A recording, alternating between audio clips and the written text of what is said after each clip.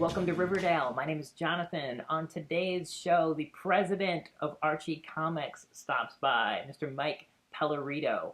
First up, I want to make sure you guys check out this image of all of the Capcom and Sega characters that will be showing up in this summer's Worlds Unite event. As we talked about with editor Paul Kaminsky last week, this is a huge crossover, and since then, this image has been released of a ton of the characters that will be showing up. The Worlds Unite crossover kicks off in May with the free Comic Book Day issue. For now, let's head over to the Archie offices and talk to President Mike Pellerito. Bam, Mr. Mike Pellerito. You are the president of Archie Comics. Yes. That is like being the mayor of Candyland. Yes, it is. That's actually pretty good, yeah. I want candy now. Yeah, we all do. Yes. We all do. What does that mean? Tell me what that means. I get all the best jobs and all the worst jobs. So when everybody needs somebody to yell at, that's the worst job. They usually yell at me. Yeah. The rest of it is cake. The rest of it is awesome.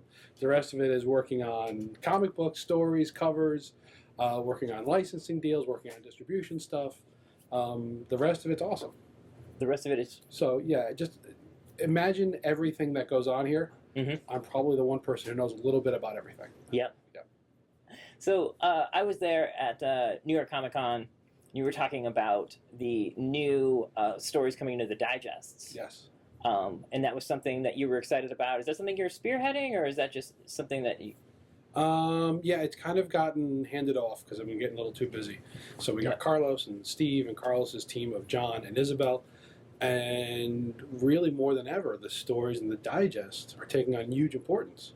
Because with the new relaunch of Archie, the only way to get new, traditional comic book, classic Archie that you know and love is the digest. So those are getting a lot more attention than they've ever gotten before here.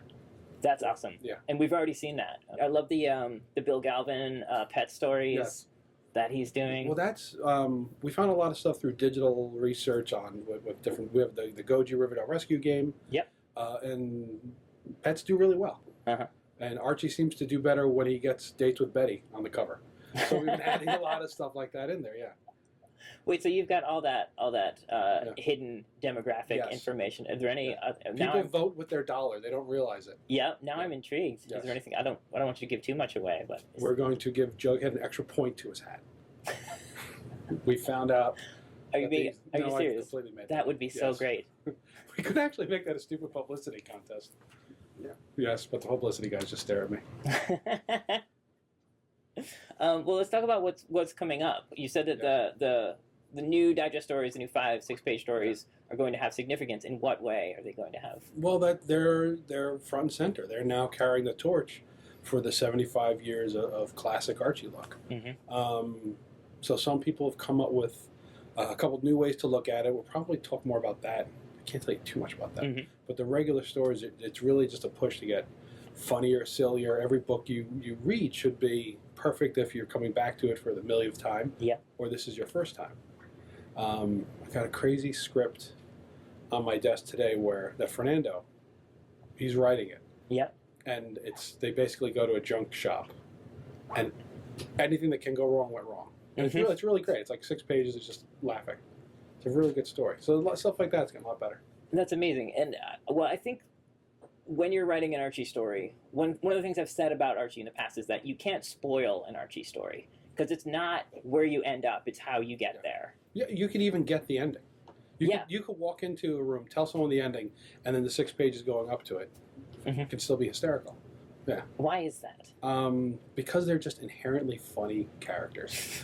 I was at Alex's desk today, who's the publicity guru and Black Circle, the Dark Circle, and all this superhero stuff. We were just looking at random panels of comic books from Archie stuff. Everyone was funny. They were no context, you didn't know what happened. They were all funny. Just Archie was standing there smiling, and it was Harry Lucy Art, who's my favorite, smiling, and a book is going to hit him in the head. He doesn't know what's happening, but that was funny. So and just the few seconds before impact? Yeah, the characters they're great. You can do anything with them. They're always funny, even when they're being mean to each other. They're likable. It's very hard to find that sort of magic in too many characters, but the Archie gang has it. Yeah, and who's working on the new stories? Who's got that character that group of characters down? There's a few people. Like I try to get Dan and Fernando as busy as possible. I think they're the foundation of everything. Mm-hmm. And then Art, Dan, Fernando, and the Kennedys have become truly. Pat and Tim Kennedy, for those watching, yeah. Those guys are. I've never seen them. They've been here I don't know how many years, and I think they've really hit a stride. That they're everything they're doing now is just amazing. They did Archie 663, the scooter story. Scooter story. There's a 2-page spread in there. Mm-hmm. That's amazing. Where Archie's flying over, and they get that the characters need to be physically funny. Yes. They did one before that Alex had written where they went to the zoo, and it's just like, and there's another 2-page spread. And there's no need for a 2-page spread. They just went, this is what we're going to do, and you let them go wild. So a lot of guys like that are going to get busier and busier. Trying to mix in some other people, Giselle, Tim Levins, on occasion. Awesome. You know, and the standards, Galvin and Schultz, and, for the people who, trying to get Rex Lindsay once in a while, we got a story coming up with him. So people who've been here before, we get them back for a visit, and then some new people are kind of paving the way. So a little bit of everything. So your role here is to keep the characters rolling, to keep them in everybody's face. Yes. To that's everybody's role here. Yes, and to kind of keep this brand rolling and pushing forward. What's next? What's the big? The big I think push? the biggest thing coming up is Archie 1. That is going to be the monster. That's I just went to the comic book store yesterday and had a really good conversation. The guy said, "So it's not going to be funny?" I was like, "No, it's actually going to be funny." Mm-hmm. But how are you going to have like teen drama and all? I go, I don't know. Were you a teenager? Didn't you laugh? He's like, yeah, I guess I did. I was like, that's what we're going to do. And Mark can write anything, and he can actually be really funny. He's a terrific writer. And then Fiona can literally draw anything. Yes. And make it interesting to look at. And the fact that she is such a huge Archie fan, to me, just pairing them up on that is going to be amazing. Mark started with a 5,000-word, I guess, essay on his thoughts on the characters, on where to take the series. Mm-hmm. And it was really supposed to be a 1 or 2 page document. Yeah. And it was very simple. And he just banged out a few thousand. And then we have the first 3 issues kind of, I guess, pretty well plotted out. We know what we're going to do. Yeah. And then I think Mark's around for the long haul because 5,000 pages, he's got a lot planned. Yeah. So it's really, that's what I can't wait for people to see, because people don't understand it yet. Same like with Afterlife.